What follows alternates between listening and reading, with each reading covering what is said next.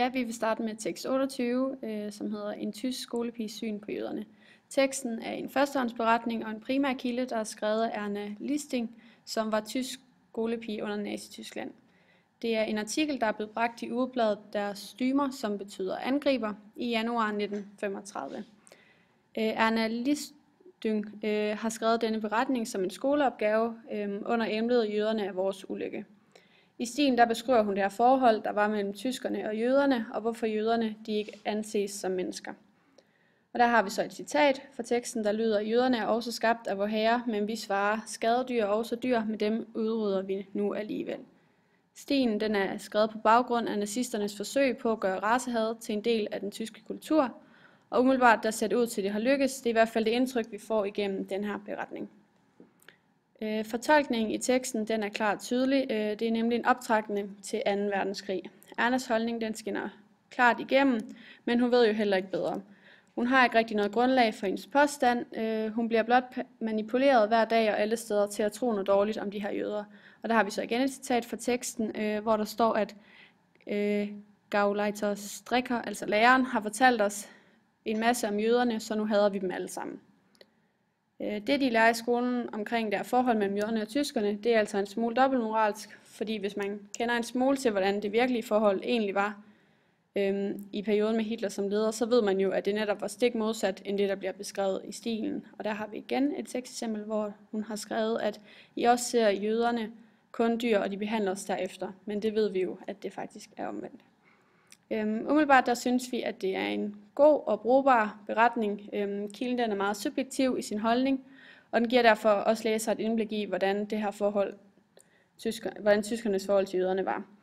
Dog mener vi, at kun at kilden den kan bruges som den ene synsvinkel på sagen, fordi hvis man kigger på jødernes synsvinkel, så havde man jo fået et helt andet svar.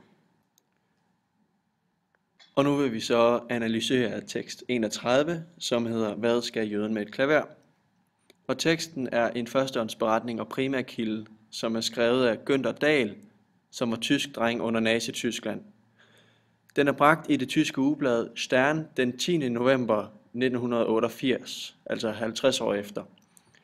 Og i teksten erindrer han om sine oplevelser under krystalnatten i Berlin, som var omkring den 9. til 10. november 1938.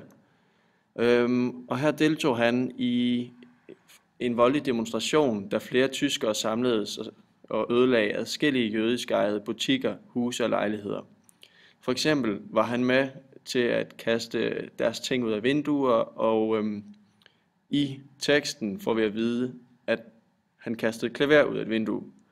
Oppe i lejligheden brølede en af SA-folkene ud af vinduet. Hvad skal jøden med et klaver? Det er en erindring, som er skrevet 50 år efter begivenheden fandt sted. Han har måske gjort det som et forsvar til alle de manipulerede børn under Nazi-Tyskland, som ikke vidste bedre dengang. Hvordan kan du leve med den erindring? Hvordan har du det?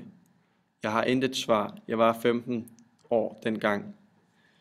Og det var så et citat. Kilden er mere objektivt skrevet end den første, som vi lige snakkede om, da den beretter om, hvad der helt præcis skete, og ikke omkring deres eller hans holdning til jøderne dengang.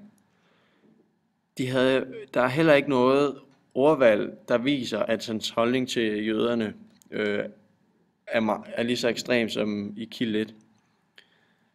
Til sidst fremstår han som en mand, der indirekte har fortrudt, hvad han egentlig har gjort, og måske var han allerede dengang ikke glad for, hvad han gjorde. For eksempel skriver han, lidt forinden under påvirkning af stemningen på Kurfürstendamm ville jeg have råbt Heil Hitler. Og så har vi lidt kildekritik, da det jo er en erindring, som er nedskrevet 50 år efter begivenheden. Kan han jo på den tid have haft mere tid til at reflektere over tingene, og hvad der egentlig er sket sidenhen, hvad der er sket gennem forløbet under 2. verdenskrig. Men dog kan han have gjort hele situationen både værre, men bestemt også bedre, end hvad den egentlig har været. Og han har formentlig gjort den bedre, da han har en slags ære, der skal reddes, eller ligesom for at redde sig selv. Men vi vurderer alligevel kilden til at være brugbar, Men man skal være forsigtig, da han som sagt, han har skrevet den 50 år efter, og måske har han gjort situationen værre eller bedre, end den egentlig var.